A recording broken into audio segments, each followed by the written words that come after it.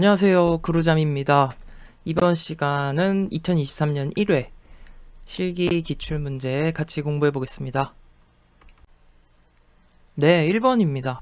노동수요 탄력성 구하는 공식과 노동수요 탄력성에 영향을 주는 요인 3가지 쓰시오. 네, 이 문제는 각각 공식 문제 따로 또 노동수요 탄력성 영향 주는 요인 따로 이렇게 또 출제가 많이 됐어요. 그래서 공식 쓰는 문제는 별 2개 정도의 출제 빈도를 나타냈고, 노동수요 탄력성 영향을 주는 요인, 이것을 노동수요 탄력성 결정 요인이라고 합니다. 노동수요 탄력성 결정 요인이라고 하는데, 이거는 이제 별 4개 정도 출제 빈도예요. 그래서 출제가 많이 된 편입니다. 그래서 반드시 정리를 해야 하는 내용이고요. 자, 노동수요 탄력성 보면 이제 수요라는 거는 이제 생산물의 수요를 말하는 건데, 수요 탄력성이라고 하면 생산물 수요의 가격에 대한 탄력성을 말합니다. 마찬가지 노동 수요 탄력성도 노동 수요의 임금에 대한 탄력성. 노동 수요가 올라가면 노동력을 필요로 하는 데는 보통 기업이죠. 네, 기업에서 노동 수요가 올라가게 되면 임금도 같이 올라가게 마련이죠. 그런데 이 노동 수요가 변함에 따라 임금이 얼마나 탄력적으로 변하는지를 설명하는 게 노동 수요 탄력성입니다. 그래서 노동 수요 탄력성의 공식은 노동 수요량에 대한 노동 수요량의 임금에 대한 변화율이죠. 그래서 노동 수요의 임금에 대한 변화율이다. 그래서 임금의 변화율분의 노동 수요량의 변화율이 노동 수요 탄력성. 노동 공급 탄력성도 문제가 나오면 똑같이 이렇게 작성하시면 됩니다. 똑같죠. 노동 공급의 임금에 대한 변화율이다. 그래서 임금의 변화율분의 노동 공급의 변화율. 그리고 노동 수요 탄력성 결정 요인 보시면 이건 힉스 마샬의 법칙이라고도 합니다. 자, 먼저 생산물 수요는 노동 수요 탄력성에 영향을 주죠. 그래서 생산물 수요가 늘어나면 늘어날수록 이 생산물을 생산하는 노동력에 대한 수요도 같이 증가하게 됩니다. 마찬가지 다른 생산 요소라고 하면 노동력 이외의 다른 생산 요소, 자본을 쉽게 떠올리시면 되겠죠. 자본의 공급 탄력성. 자본하면 이제 키오스크를 예를 들어서 설명을 드리는데요. 키오스크, 노동력을 대체할 수 있는 이런 키오스크의 공급 탄력성이 클수록 노동 수요 탄력성도 높아진다. 마찬가지 자본으로의 대체 용이성 클수록 노동력을 키오스크로 대체하는 게 쉬울수록 노동 수요 탄력성도 커진다. 노동 비용의 비중이 클수록 노동 수요 탄력성도 커진다. 그래서 요 4가지 생수 공급 대체 노비, 노동 수요 탄력성은 생수 공급 대체 노비, 이거 암기하시면 되고요. 좀 자세한 설명은 노동 수요 탄력성 그 이론 그 공식이랑 결정 요인 설명한 내용, 자세하게 설명한 내용이 있어요. 그래서 제가 여기 링크를 위에다가 올려놓을 테니까 요 내용 이해가 필요하신 분들은 요 링크 들어가셔서 차근차근 이해하시는 게 중요합니다. 이 내용은 이제 무작정 암기보다는 이해를 먼저 하시고 정리를 하시는 게 훨씬 더 암기가 쉬운 방법이기 때문에 꼭 정리하고 넘어가시면 좋겠습니다. 2번 문제. 직무 분석 방법 중 면접법의 장점과 단점 2가지씩 쓰는 문제입니다. 그래서 4점짜리 문제였고요. 이 문제는 이제 이전에 출제가 거의 된 적이 없는 문제인데요.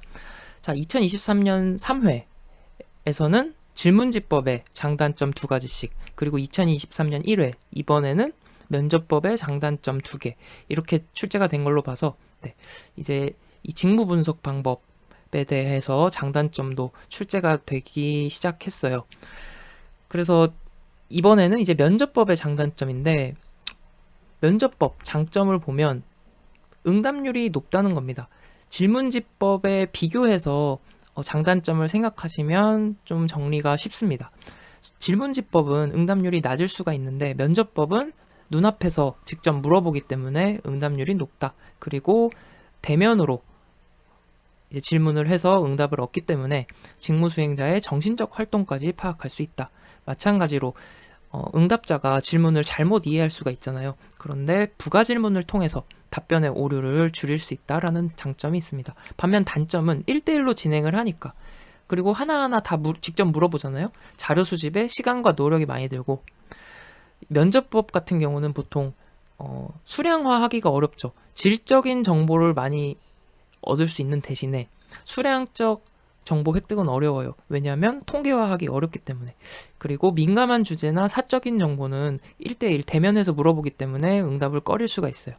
그래서 이렇게 암기는 면접, 응답에 정신을 더하고 노력 수량에 민감하다. 응답, 응답률, 정신활동, 부가질문. 그리고 노력 수량 민감. 노력이 많이 들고 수량 정보 어렵고 민감한 주제 어렵다. 3번. 심리검사에서 신뢰도의 종류 3가지, 그리고 신뢰도 계수에 영향을 주는 요인 3가지. 네, 요것도 문제 2개가 통합된 거라고 보시면 돼요. 신뢰도의 종류 쓰는 문제, 이제 출제가 많이 됐고요. 네, 신뢰도 종류 쓰는 거 보통 이제 신뢰도 추정 방법이라고도 출제가 되죠. 별 4개 출제 빈도를 나타내고 있습니다. 그리고 신뢰도 계수에 영향을 주는 요인 마찬가지 이제 출제가 많이 된 문제죠. 별 5개 빈도로 출제가 됐기 때문에 반드시 정리해야 하는 내용입니다. 여기서는 이제 신뢰도 종류하면은 반동검이죠. 반동검. 그래서 반분 신뢰도, 동형검사 신뢰도, 검사 재검사 신뢰도. 그리고 신뢰도 계수에 영향을 주는 요인으로는 개추문 반유, 이제 정리를 할 건데요. 여기 이 개추문 반유 중에서 개추문입니다. 개인차, 신뢰도 추정 방법, 검사의 문항수, 이 3가지가 신뢰도 계수에 영향을 줄 수 있다. 그래서 신뢰도 추정 방법 3가지는 여기서는 이제 쓰라고만 나왔는데, 보통 이제 단독으로 출제가 되면 3가지 쓰고 설명하시오 이렇게 출제가 되기 때문에 이 내용에 대해서도 여러분들이 설명하실 수 있어야 합니다. 그래서 이 내용도 이제 계속 반복 출제가 되는 문제였기 때문에 제가 요 위에 링크를 연결해 놓을 테니까 아직 정리 안 되신 분들은 반드시 들어가셔서 정리하시면 되겠습니다. 그래서 반분 신뢰도는 이제 검사 전체를 반으로 나누어서 측정하는 거고요. 동형 검사는 기억 하시는 분들 계실 거예요. 반동검, 반동동, 동동간두. 반동검, 반동동, 동동간두. 그래서 반분 신뢰도의 경우에는 문항 전체를 반으로 나누어서 신뢰도 측정하는 거고, 동은 동형검사 신뢰도. 동형검사 신뢰도는 동동. 동일한 수검자에게 동형의 검사를 실시하는 거죠. 그리고 검하면 검사 재검사 신뢰도. 그래서 검사 재검사 신뢰도는 동동간두였어요. 동동간두 뭐예요? 동일한 검사를 동일한 수검자에게 간격을 두고 2번 실시한다. 동동간두. 네, 그래서 정리 안 되신 분들 꼭 링크 가셔서 다시 공부하시고요. 그 다음 신뢰도 계수에 영향을 미치는 요인 5가지. 네, 이것도 출제가 단독으로 많이 됐어요. 그래서 개추문 반유, 개인차, 추정 방법, 문항수, 반응수, 검사 유형. 네, 이렇게 되어 있습니다. 개인차가 클수록 이제 신뢰도 계수가 커집니다. 네, 개인차가 작다고 생각해 보세요. 비슷비슷한 아이들이 이제 뭐 성취도 평가를 했는데, 그러면 점수가 뭐 서로 뒤바뀔 수도 있고 좀 예측 불확실성이 커지죠. 네, 변동이 있을 수도 있고. 그렇기 때문에 개인차가 크게 되면은, 학생별로 개인차가 크게 되면 검사 점수의 별량이 커집니다. 별량이 커진다는 얘기는 검사 점수의 범위가 커진다. 최저점과 최고점의 범위가 커지기 때문에 신뢰도 계수가 커진다. 신뢰도라는 건 검사 점수의 일관성이잖아요. 검사 결과가 일관되게 나오는지를 보는 게 신뢰도니까. 네, 신뢰도 계수는 개인차가 클수록 커진다. 그리고 신뢰도 추정 방법. 네, 추정 방법에 따라 측정 오차 다를 수 있기 때문에 신뢰도 계수 다르게 나타나고요.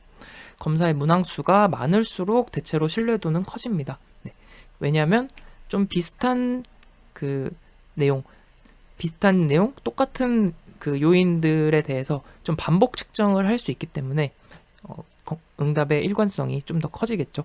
그리고 문항 반응수가 적정 수준에 이르기까지 신뢰도는 커집니다. 그런데 이 적정 수준을 넘어서면 더 이상 높아지지 않습니다. 그리고 검사 유형에 따라서도 신뢰도 계수가 달라질 수 있는데요. 속도 검사, 이제 심리검사 종류에는 속도 검사와 역량 검사로 구분할 수가 있죠. 네, 그래서 속도 검사의 경우에는 비교적 쉬운 문제를 좀 빠르게 속도를 측정하기 위한 이제 목적의 검사이기 때문에 응답 시간이 부족해서 신뢰도, 검사 결과의 일관성에 영향을 미칠 수 있다. 그래서 개추문 반유 암기해 주시면 되겠습니다. 4번입니다. 홀랜드의 직업흥미검사 6가지 유형을 쓰시오 문제인데 쓰고 각각에 대해 설명하는 것까지 반드시 정리를 해야겠죠. 네. 최근 들어서 지금 매번 출제가 되고 있고 이전에도 많이 출제가 됐습니다. 별 5개 이상의 문제, 홀랜드 직업흥미검사 6가지 유형 쓰고 설명하는 거 확실하게 정리해야 하는 내용인데 지금 앞에 영상부터 계속 반복을 해왔기 때문에 이번에도 정답만 좀 정리를 할게요. 혹시 이 홀랜드 유형 6가지 암기하고 설명 정리가 안 되신 분들은 마찬가지 여기 링크를 연결해 놓을 테니까 이 링크 들어가셔서 차근차근 학습 먼저 하시고 암기하시기 바랍니다. 그래서 정답 보시면 현타미의 사진관이었어요. 현실형은 현장 활동, 기계 도구 조작, 사물지향적 활동 선호하는 게 현실형. 탐구형은 연구, 탐구. 예술형은 심미적인 거, 자유롭고 창조적인 활동 선호. 사회형이라는 것은 따뜻한 거죠. 사람들 대상으로 사람지향적인 활동 선호. 진취형은 영업사원, 정치가 이런 분들 경쟁적, 적극적 활동 선호. 관습형이라는 것은 예술형의 반대. 그래서 짜여진 거, 조직적, 체계적 이런 활동을 선호한다.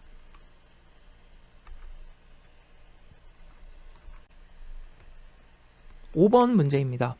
행동주의 상담에서 불안 감소 기법과 학습 촉진 기법을 2가지씩 쓰고 설명하시오. 이것도 지금 최근 들어서 자주 출제가 되고 있네요. 2024년부터 지금 2023년 1월 우리가 공부하고 있는 이 문제까지 보면 벌써 한 3번, 4번째 출제가 되고 있는 것 같아요.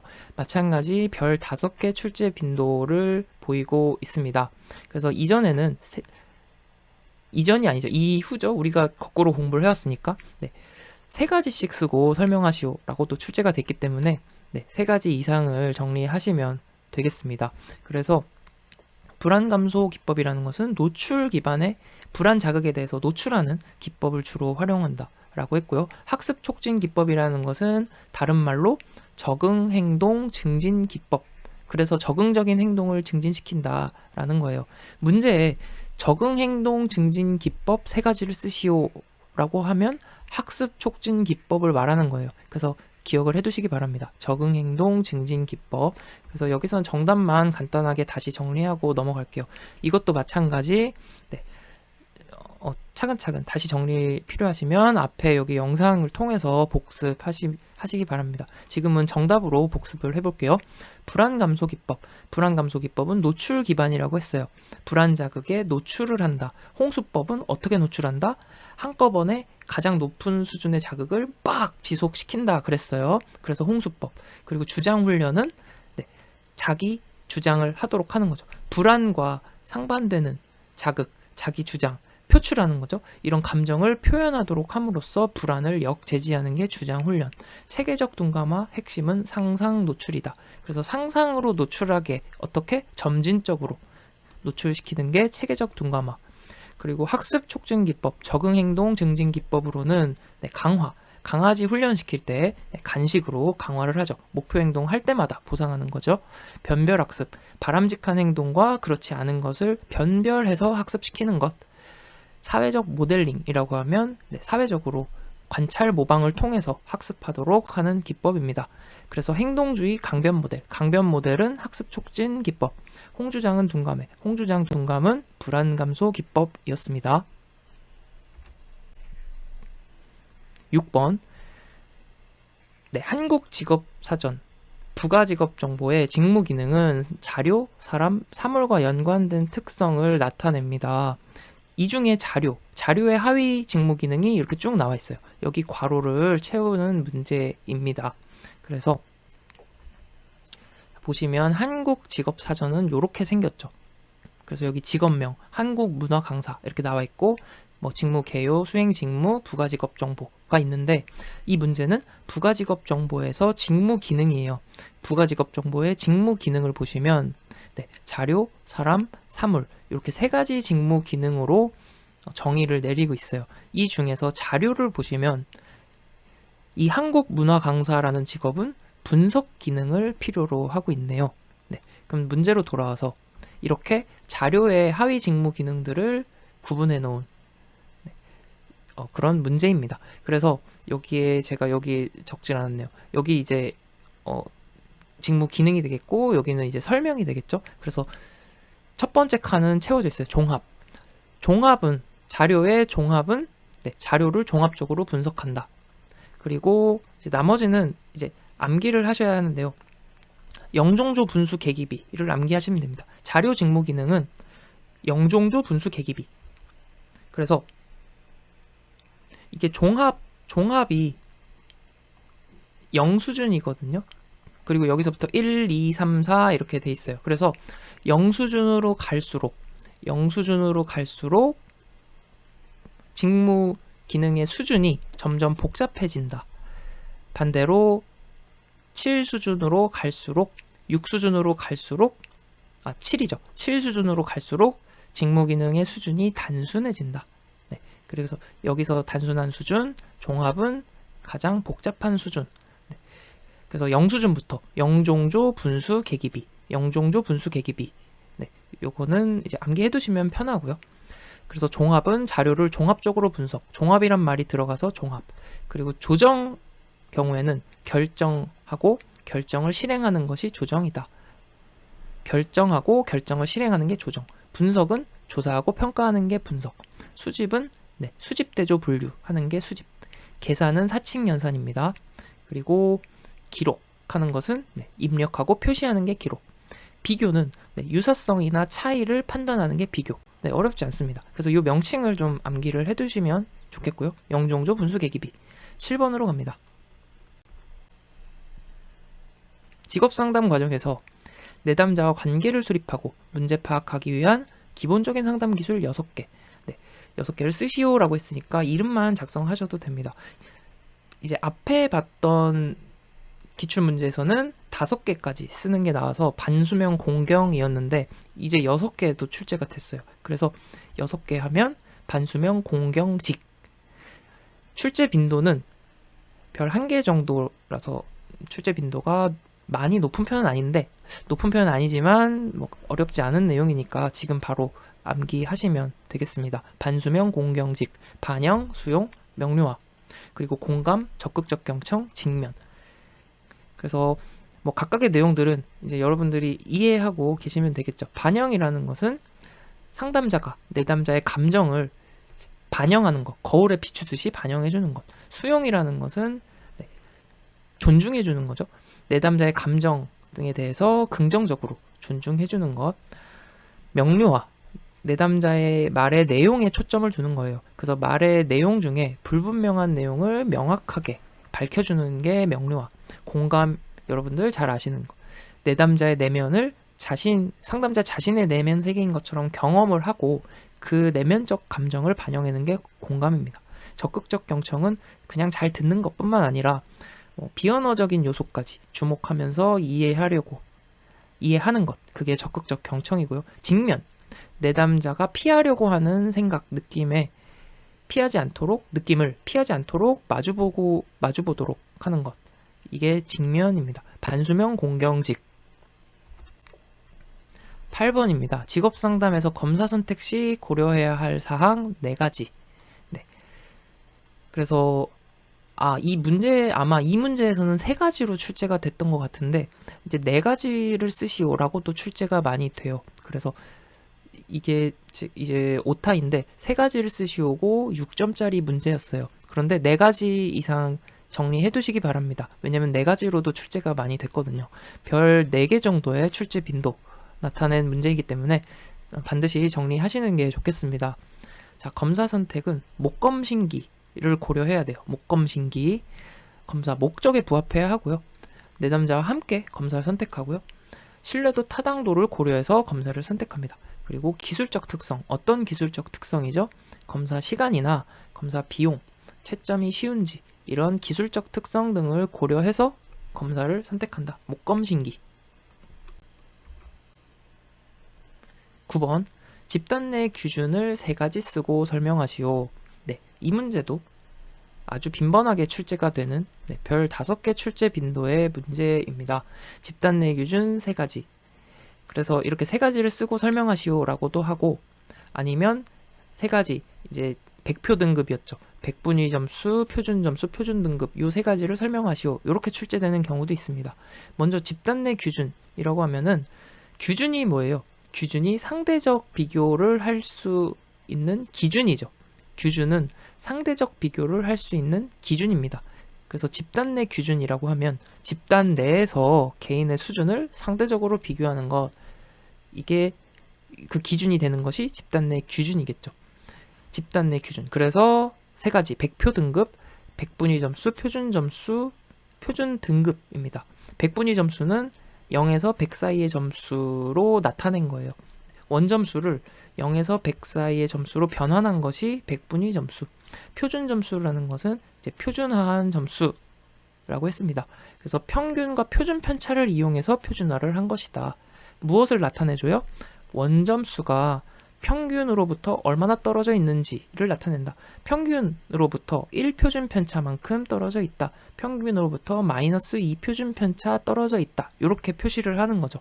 그래서 한 개인의 상대적인 위치를 나타내 줄 수 있습니다. 대표적으로 Z점수, T점수가 있잖아요. 네, 우리 필기 때 공부했어요. Z점수는 평균이 0이고 표준 편차가 1인 점수가 Z점수죠. 그래서 원점수를 Z점수로 변환했다라고 하면 평균 0, 표준 편차 1인 분포에 들어갈 수 있도록 변환시킨 것. 마찬가지 T점수라고 하면 평균이 50, 표준 편차가 10. 그래서 T점수로 변환했다라고 하면 평균 50, 표준 편차 10인 분포 안에 들어갈 수 있도록 원점수를 변환한 것. 그래서 표준 점수라고 하면 표준화한 점수를 의미한다. 다음 표준 등급. 표준 등급은 우리 대학 수학 능력 시험 1등급에서 9등급까지 있죠. 네. 이 구간으로 구분해서 여기에다가 배치할 수 있도록 변환시킨 것. 네. 이게 표준 등급, 스테나인 척도라고도 합니다. 10번. 집단 상담의 장점 6가지를 쓰시오. 네. 기존에는 5가지 쓰시오가 많이 출제가 됐는데요. 이제 6가지도 출제가 됐기 때문에 6가지까지 정리를 하시고요. 여기에 더불어서 집단 상담의 단점도 3가지 쓰는 문제도 같이 출제가 돼요. 장점 5가지, 단점 3가지. 요게 더 많이 출제가 됐어요. 그래서 같이 정리를 해보겠습니다. 별 5개 출제 빈도를 보였던 문제입니다. 반드시 정리를 하셔야겠죠. 자, 먼저 장점 정리합니다. 시간 비용 측면에서 효율적이다. 개인 상담에 비해서예요. 개인 상담에 비해서 한꺼번에 여러 명이 하니까 효율적이고요. 그리고 집단으로 상담을 하면 내담자가 개인 상담보다 더 쉽게 받아들여요. 여러 사람들이 같이 있기 때문에. 그리고 마찬가지로 같이 있기 때문에 소속감, 동료의식을 발전시킬 수 있다. 타인의 피드백을 받게 되죠. 집단 상담에서는 이런 피드백 과정에서 자기 문제에 대한 통찰력을 얻을 수 있습니다. 그리고 여러 사람과의 상호 교류 능력을 개발할 수 있고요. 개인 상담보다 더 풍부한 학습 경험을 제공합니다. 그 집단 상담 과정 내에서 여러 가지 역동도 있을 수 있고, 또 이런 앞에서의 피드백도 받을 수 있고, 여러 가지 학습 경험을 경험할 수 있다. 그래서 집단 상담 장점 6가지. 12, 10 시간 비용 쉽게 받아들인다. 소통, 소속감, 통찰력, 교류 풍부, 교류 능력, 풍부한 학습 경험. 12, 10 소통, 교류 풍부하다. 장점이고요. 단점은 비만 개성이라고. 비밀 유지가 어렵죠. 집단 구성원 모두가 만족할 수는 없습니다. 그리고 집단의 압력으로 인해서 개인의 개성이 상실될 우려도 존재를 합니다. 그리고 집단을 구성할 때 구성 과정이 어려울 수가 있다라는 장점. 단점, 비만 개성이라고. 요 단점까지 정리해 두시면 아주 좋겠습니다. 11번입니다. 실존주의 상담자들이 내담자의 궁극적 관심사와 관련하여 중요하게 생각하는 주제를 3가지 쓰고 설명하시오. 네, 이번에는 3가지인데 4가지도 출제가 많이 됩니다. 그래서 별 4개의 출제 빈도의 문제니까요. 먼저 잘 이해를 하시면서 이해를 하시고 나서 암기를 하시면 좀 더 암기가 잘 될 것 같습니다. 2023년도 2회였나요? 네, 그때도 출제가 됐었는데 실존주의는 출제가 많이 되는 편은 아니지만 이 문제는 좀 자주 출제가 된 편이에요. 네, 다른 문제들은 빈도가 상대적으로 별 1개 정도로 낮은 편입니다. 그래서 실존주의 상담을 보시면 대표적으로 빅터 프랭클과 얄롬이 이제 대표적인 학자입니다. 빅터 프랭클 하면 죽음의 수용소에서라는 책이 이제 떠오르실 겁니다. 죽음의 수용소에서 제2차 세계대전 때 나치 강제 수용소에서 수용됐었죠. 빅터 프랭클이. 그 수용된 시간 동안에 사람들이 그 수많은 죽음을 목격하게 되고 온갖 그 인간의 참 그 비참한 모습들을 많이 보면서 그때의 일들을 이제 기록한 것이 죽음의 수용소에서입니다. 그래서 수많은 사람들이 희망도 없이 이 수용소에서 내가 내일 여기를 나갈 수 있을까? 언제 나갈지도 모르는, 내일이 없는, 내일이 불확실한 그런 막막함 속에서 사람들이 고통받고 죽어가고, 반면에 어떤 사람들은 끝까지 버텨내고 이제 살아나가는, 석방되는 그런 모습을 보면서 과연 이 사람들의 무엇이 이렇게 삶을 달라지게 만들었나, 이런 것들에 대해서 이야기를 적어놓은 책들입니다. 그래서 빅터 프랭클은 이런 이야기를 했어요. 삶의 이유를 아는 사람은 삶의 방법도 안다. 삶의 목적과 의미를 중시한 이야기죠. 삶의 이유를 아는 사람은 삶의 방법도 안다. 그래서 실존주의 치료를 로고테라피라고도 합니다. 의미 치료라는 뜻인데요. 삶의 의미성을 중시했어요. 이 세상을 보면, 세상 자체만 놓고 보면 이제 별 의미가 없다라고 했어요. 하지만 이 의미 없는 세상에서 나 자신은 어떻게 의미를 찾을 것인가? 이런 문제가 바로 삶의 의미성의 문제입니다. 그래서 삶의 의미성을 굉장히 중요한 주제, 궁극적인 인간의 관심사라고 보았고요. 그리고 또한 자유와 책임을 강조합니다. 실존주의. 우리는 자유를 추구하지만 안정되게 살고 싶은 욕구도 있죠. 자유는 항상 불확실한, 불확실성을 이제 동반하게 되거든요. 그렇기 때문에 안정되고 싶은 욕구가 있기 때문에 이 두 가지가 서로 상충하게 된다. 그리고 자유에는 책임이 따르기 때문에 우리 인간은 자유와 책임, 그 사이 어딘가에서 항상 갈등하는 존재다. 궁극적인 관심사입니다. 그래서 인간에겐 선택의 자유가 있고 나의 운명은 내가 책임져야 한다. 인간은 자신의 운명을 자신이 책임져야 한다라는 것입니다. 그래서 자유와 책임은 항상 함께 있다. 그래서 실존이라는 의미, 실존이라는 의미는 지금 여기에 내가 나로서 존재하는 것입니다. 내가 나로서 존재한다는 것은 진실한 나로 존재한다는 것을 의미합니다. 그래서 실존이라는 것은 궁극적으로 삶의 목적, 삶의 의미를 찾아 나아가는 과정이에요. 그렇기 때문에 지금 이 순간도 진행 중인 것입니다. 그래서 우리는 항상 실존을 향해서 나아가고 변화하고 있다라고 실존주의는 이야기하고 있습니다. 그래서 이 자기자각 능력, 실존을 통한 자기자각 능력을 강조한 것이 실존주의 상담이다. 그래서 정답을 이제 작성을 해보면 4가지 주제.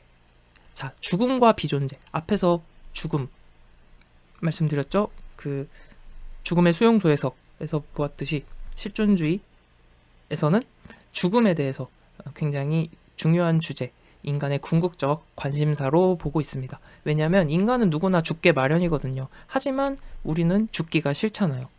그렇기 때문에 이런 삶의 유한성에 대한 자각, 중요한 관심사였고요. 또 자유와 책임 이야기했어요. 자유와 책임 동전의 양면과 같은 것이다. 삶의 의미성, 인간은 자신만의 삶의 목적과 의미를 찾고자 노력한다. 진실성, 실존과 관련된 것이죠. 자신의 실존을 획득하고자 진실성 있는 노력을 한다.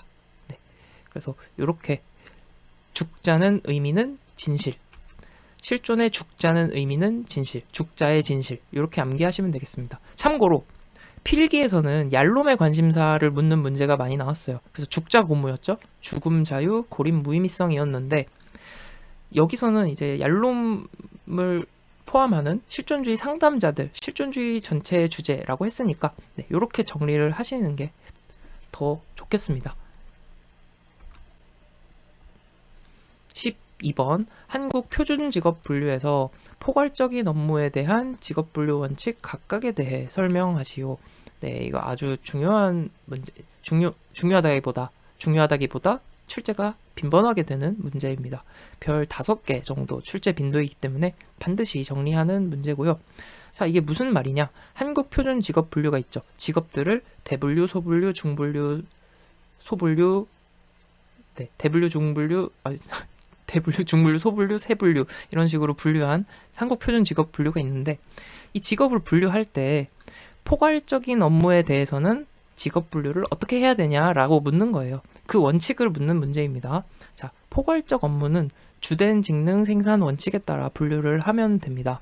자, 먼저 보시면 주된 직무 우선 원칙, 그리고 직능하면 최상급 직능 수준을 우선으로 고려한다.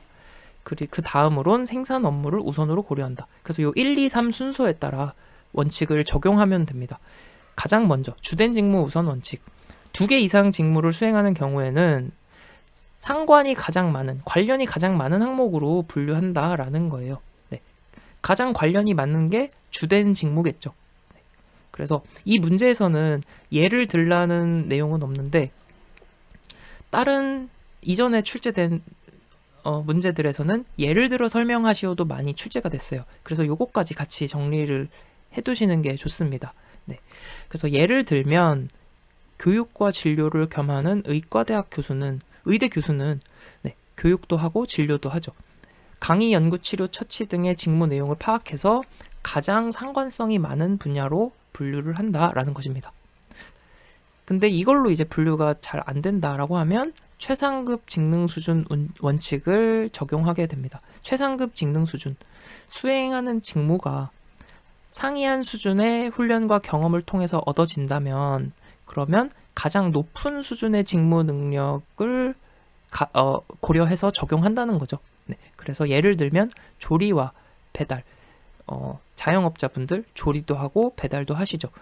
이때 직무 비중이 같을 경우에는 직무 비중이 둘 다 50, 50이에요. 그러면은 조리의 직능 수준이 배달보다 높기 때문에 조리사로 분류를 한다라는 것입니다. 다음, 이걸로도 분류가 안 된다라고 하면 생산 업무 우선 원칙을 적용합니다. 자, 생산도 하고 공급도 한다라는 경우에는 어떻게 해요? 네, 생산을 우선적으로 고려한다라는 겁니다. 예를 들어서 한 사람이 빵을 직접 생산하고 판매도 하는 경우에는 판매로 분류하지 않고 생산 업무 우선이기 때문에 제빵사 및 제과원으로 분류하여야 한다. 그래서 판매원이 아니라 제빵사 및 제과원이다.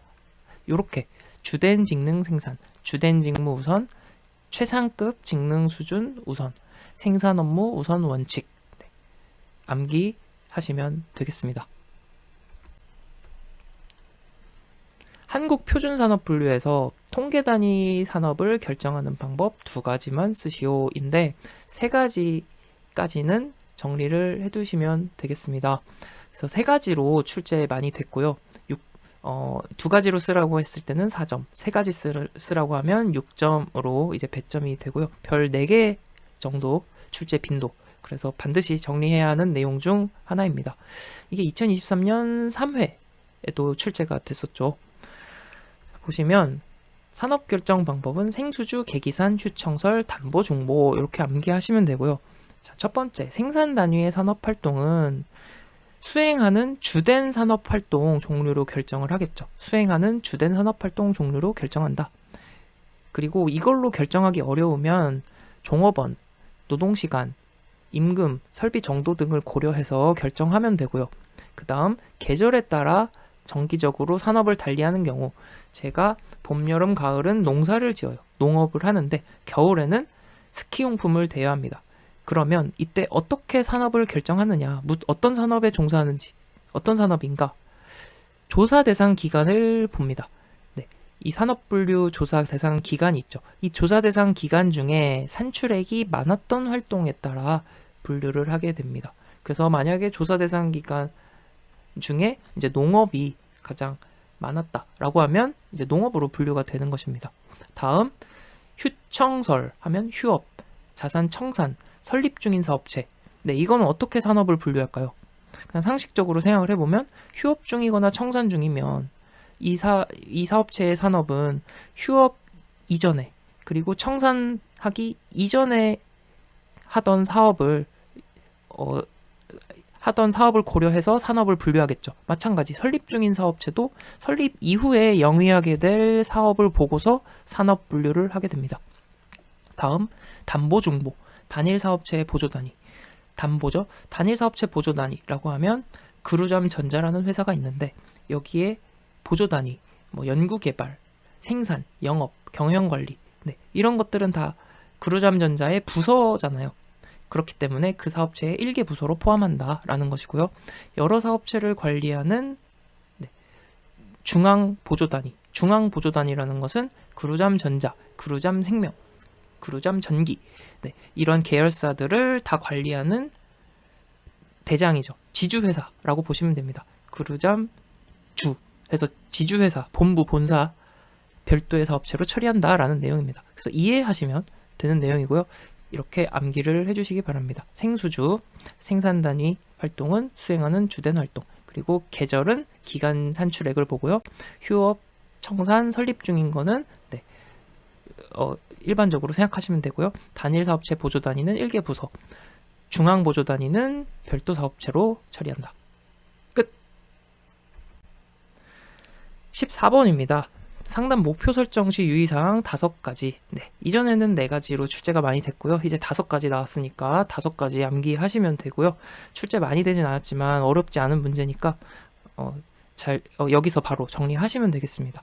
네, 그래서 별 1개 정도 출제 빈도인데 필기 하실 때 이제 필기 공부하실 때 정리 다 하셨을 거예요. 상담 목표는 구원실기였는데 여기에서 함께 추가됐습니다. 상담 목표는 구원실기 함께 구체적이어야 하고 내담자가 원하고 바라는 것이어야 하고 목표는 실현 가능해야겠죠.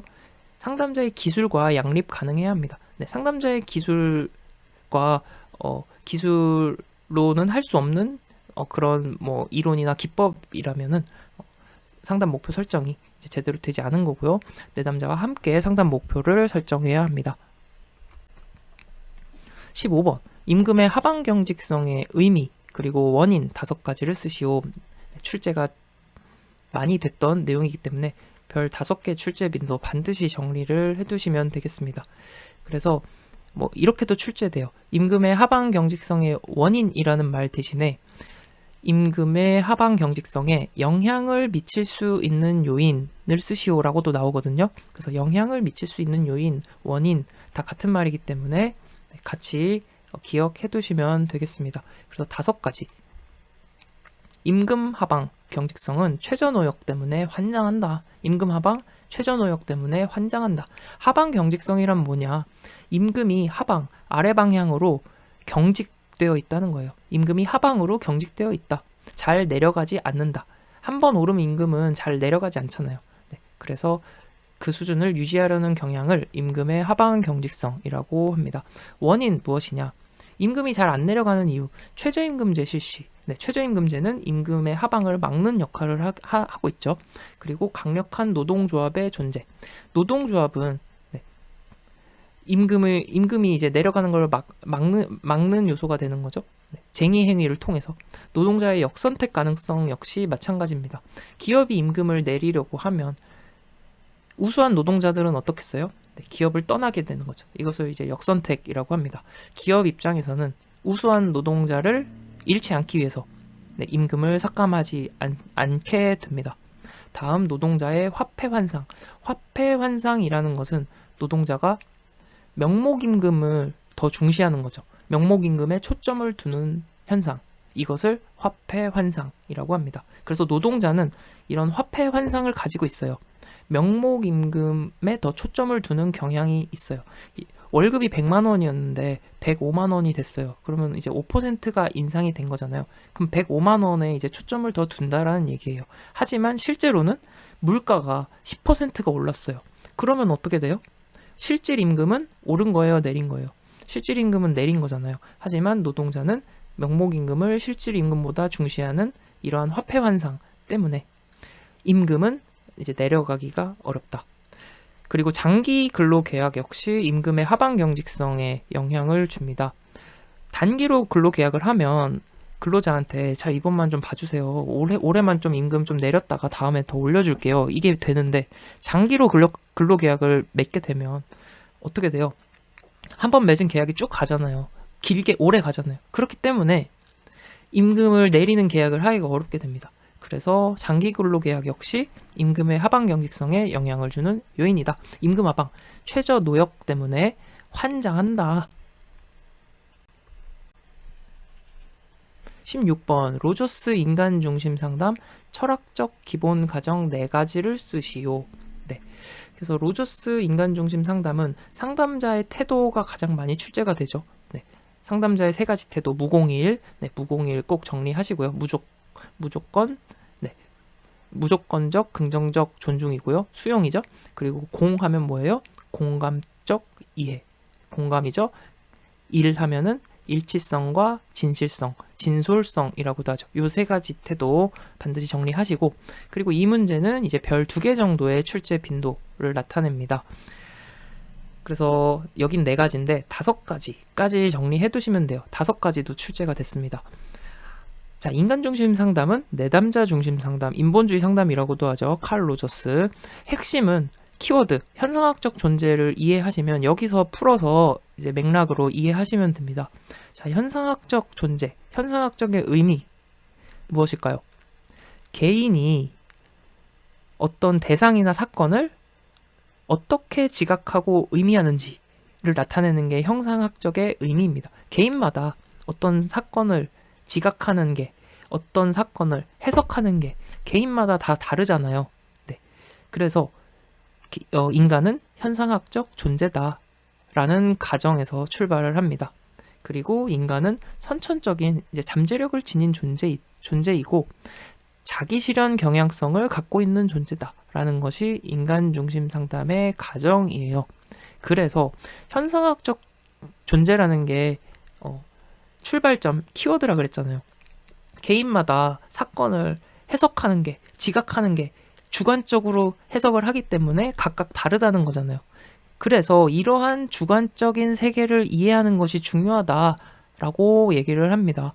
내담자의 주관적인 세계를 이해하는 것이 인간 중심 상담에서 아주 중요하고, 그래서 이렇게 이해를 한 다음에는 내담자가 더 적응적인, 더 새로운 이해, 선택을 하도록 도와주는 것이 인간 중심 상담이다. 그리고 궁극적으로는 자기 실현, 자아 실현을 하도록 하는 것이 인간 중심 상담의 목표입니다. 그래서 내담자 개인의 이런 지각과 해석, 주관적인 세계를 존중하기 때문에, 그렇기 때문에 온정적이고 따뜻하고 무조건적 수용을 하는 거고, 이런 걸 강조하는 겁니다. 그래서 인간 중심 상담은 비지시적 상담이고 라포, 관계 형성을 강조하는 상담입니다. 그래서 상담자의 태도를 중시하는 것이지요. 그러니까 상담자의 태도 3가지 출제가 많이 되는 겁니다. 중요한 부분이기 때문에.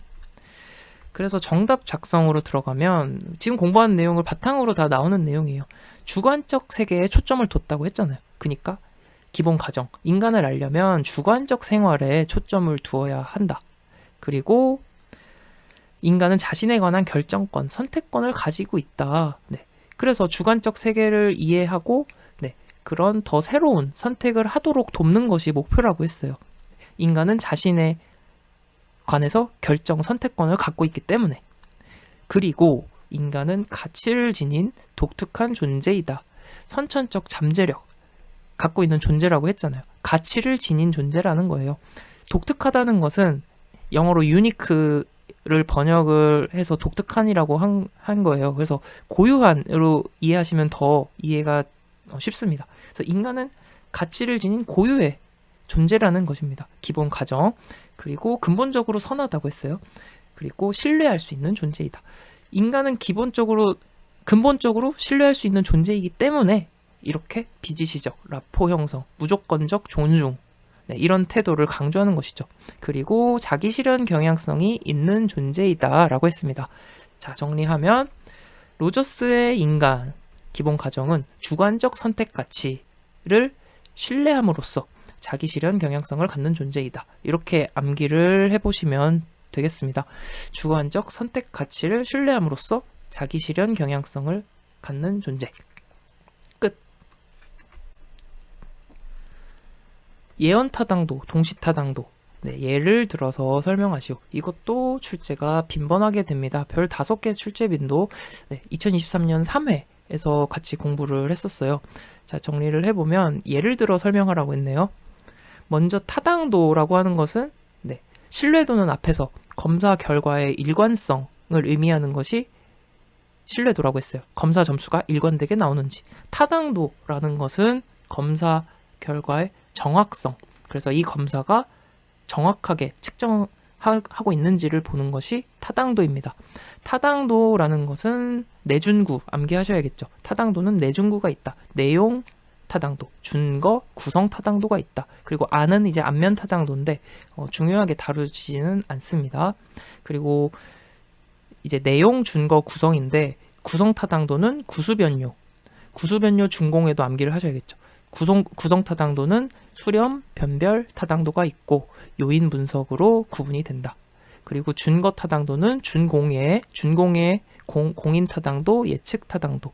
그래서 공인 타당도는 동시 타당도라고도 하죠. 예측 타당도는 예언 타당도라고도 합니다. 그래서 이 문제는 준거 타당도의 측정 방법인 동시 타당도와 예언 타당도를 설명하라는 문제가 되겠습니다. 그래서 준거 타당도가 뭐냐? 준거 타당도. 검사가 특정 준거와 어느 정도 연관성이 있는지를 나타낸다. 특정 준거와 어느 정도 연관이 있는지. 그래서 동시 타당도라고 하면 시점, 동일한 시점에서 측정을 하는 것이고요. 예측 타당도는 시점이 다른 거예요. 미래를 예측하는 것에 초점을 두고 있습니다. 그래서 서로 다른 시점에서 측정한 두 검사의 그 점수 간의 상관계수를 확인하는 게 예측 타당도. 그래서 보시면 자, 공인 타당도, 동시 타당도라고도 했어요. 새로운 검사를 제작할 때 타당도가 검증된 기존 검사와 얼마나 유사한지를 비교함으로써 타당도를 검증하는 겁니다. 동일 시점이죠. 동등한 시점, 현재 시점에서 검증된 기존 검사와 얼마나 비슷한지를 검증하는 게 공인 타당도. 예를 들어서 학업 성취도 검사를 새로 제작을 했어요. 그럼 이 검사의 타당도를 검증하려면 어떻게 하면 돼요? 기존에 검증된 다른 학업 성취도 검사를 가지고 두 개를 비교하는 거예요. 그래서 이 검사 점수를 비교해서 둘 다 점수가 높게 나왔다라고 하면은 타당도가 높다라고 볼 수 있죠. 그래서 공인 타당도에 대한 설명이었고, 예언 타당도는 미래 예측의 초점이라고 했어요. 예측, 미래 예측의 초점. 미래 행동, 특성을 얼마나 정확하게 예측하는지를 보고자 하는 게 예언 타당도입니다. 예를 들어서 수능 시험을 본 학생이, 수능 시험은 사실 목적이 그거죠. 대학교 수학 능력을 보는 거니까. 수능 시험은 대학교 가서 이제 학업의 적성이 맞는지, 학업 적성이 잘 나타나는지를 확인하는 게 대학 수학 능력 시험입니다. 그래서 학점을 예측한다라고 하면 수능 고득점자는 나중에 대학교 가서 학점이 높아야, 학업 성적이 좋아야 이 수능 시험의 예측 타당도가 높다라고 볼 수 있는 것입니다. 그래서 이 내용을 이제 이해를 하시면 작성하실 수 있는 내용이 되겠어요. 그래서 타당도는 내준구로 구분을 하고 구수변요, 준공예 이렇게 암기해 주시기 바랍니다. 검사, 재검사 신뢰도에 영향을 미치는 요인 4가지를 쓰시오. 네, 신뢰도 문제가 지금 이번 회차에 2개가 나왔어요. 네, 이게 웬일이에요. 신뢰도 공부 제대로 하셨던 분들은 이거 완전 개꿀이네 라고 하셨을 것 같아요. 자, 이 문제도 출제가 빈번하게 되는 편이에요. 별 5개 출제 빈도를 나타내고 있습니다. 그래서 신뢰도에 영향을 미치는 요인 4가지. 신뢰도가 아니라 검사, 재검사 신뢰도. 네, 주의하시기 바랍니다. 신뢰도는 검동반, 반동검으로 분류가 되죠. 그 중에 검사, 재검사 신뢰도 영향을 미치는 요인 4가지입니다. 네. 첫 번째, 기억 효과. 검사, 재검사 신뢰도가 우선은 이제 어떤 건지는 아시죠? 반동검, 반동동, 동동간두. 동동간두잖아요. 지금 제가 무슨 말 하는지 이해가 안 되시는 분들은 앞에 신뢰도 그 공부를 안 하고 오셨을 가능성이 굉장히 높고요. 어쨌든 동동간두 뭐냐면 동일한 검사를 동일한 수검자에게 간격을 두고 일정 간격을 두고 두 번 실시했다라고 해서 검사, 재검사 신뢰도입니다. 그래서 이렇게 동일한 검사를 시간 간격을 두고 동일한 수검자에게 2번 실시했을 때 어떤 요소들이 영향을 미칠까요? 떠올려 보시면 돼요. 그쵸? 먼저 두 검사 기간 사이에 기간이 너무 짧으면 첫 번째 검사하고서 두 번째 검사 할 때까지 기간이 짧으면 어때요? 앞에 검사 내용이 기억이 나잖아요. 그러면 두 번째 검사할 때 영향을 받을 수 있겠죠. 네, 그게 기억 효과입니다. 그리고 또 어떤 요소가 영향을 미칠까요? 반대로 첫 번째 검사를 하고 너무 두 번째 검사까지 기간이 길어요. 그러면 어때요? 수검자 자체가 그 성향이 변할 수가 있죠. 대표적으로 발달 검사가 있습니다. 아동 발달 검사. 유아 검사라고 하면 특히 어린아이들은 발달이 빠르잖아요. 자, 12개월 때 검사를 했어요. 그러면은 이제 두 번째 검사를 해야 되는데 검사, 재검사 신뢰도 측정을 위해서 두 번째 검사를 해야 되는데 2년 뒤에 했어요. 그러면 어때요? 이미 너무 많이 성장을 했겠죠. 그래서 이렇게 두 번의 검사 사이 기간이 너무 길면은 수검자 속성이 변화할 수 있다. 이것을 성숙 효과, 수검자가 성숙하게 되는 거죠. 다음, 검사를 치르는 경험이 후속 반응에 영향을 줄 수가 있겠죠. 네, 검사를 하고 왔어요. 집에 와서 이거 좀 내용이 궁금한데? 해서 내가 검색을 해볼 수도 있고요. 그러면 어때요? 두 번째 검사를 하러 갔을 때 분명히 이렇게 검색하고 찾아본 경험이 영향을 줄 수 있겠죠. 네, 그래서 이것을 반응 민감성이라고 합니다. 그리고 또한 물리적, 상황적 환경의 차이가 있겠죠. 첫 번째 검사를 할 때랑 두 번째 검사랑 할 때랑 뭔가 주변에 갑자기 소음이 다를 수도 있고 갑자기 장소가 바뀔 수도 있고 물론 그래서는 안 되지만 이렇게 2번 검사할 때 이런 물리적으로 상황적으로 어떤 환경의 차이가 발생을 하면은 수검자 응답에 대해서도 영향을 줄 수 있다. 그래서 이 4가지 기억, 성숙, 반응 민감성, 환경 요인 변화 이 4가지 암기하시면 되겠습니다. 암기는 기수기, 기억, 성숙, 검사, 재검사 신뢰도죠. 기수기 재검받고 반환회, 반응 민감성, 환경적 요인의 변화, 기수기, 반환회 이렇게 암기하시고요. 여기 한 가지만 조금 더 뭔가 욕심을 내서 추가를 하면 이 문제는 검사, 재검사 신뢰도에 영향을 미치는 요인이잖아요. 근데 단점이라고 출제되는 경우도 있어요. 단점이라고 하면 마찬가지예요. 1, 2, 3번 같은 경우는 검사, 재검사 신뢰도의 단점이라고 볼 수가 있겠죠. 그런데 한 가지, 4가지를 쓰라고 했으니까 한 가지 더라고 하면 시간과 비용이 더 많이 든다. 네, 이렇게 1, 2, 3번 플러스 시간과 비용이 더 많이 든다. 이렇게 4가지를 적어주시면 검사, 재검사 신뢰도의 단점이 됩니다. 네, 왜냐하면 검사를 2번 해야 되니까 시간이 들고 비용이 더 많이 들겠죠. 네, 여기까지 이렇게 정리를 하시면 2023년도 1회 문제 다 정리를 해봤고요. 네, 그래서 오늘도 이렇게 고생이 많으셨고요.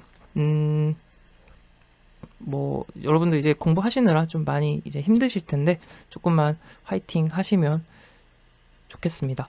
그래서 또 다음 시간에 잘 준비해서 돌아오도록 하겠습니다.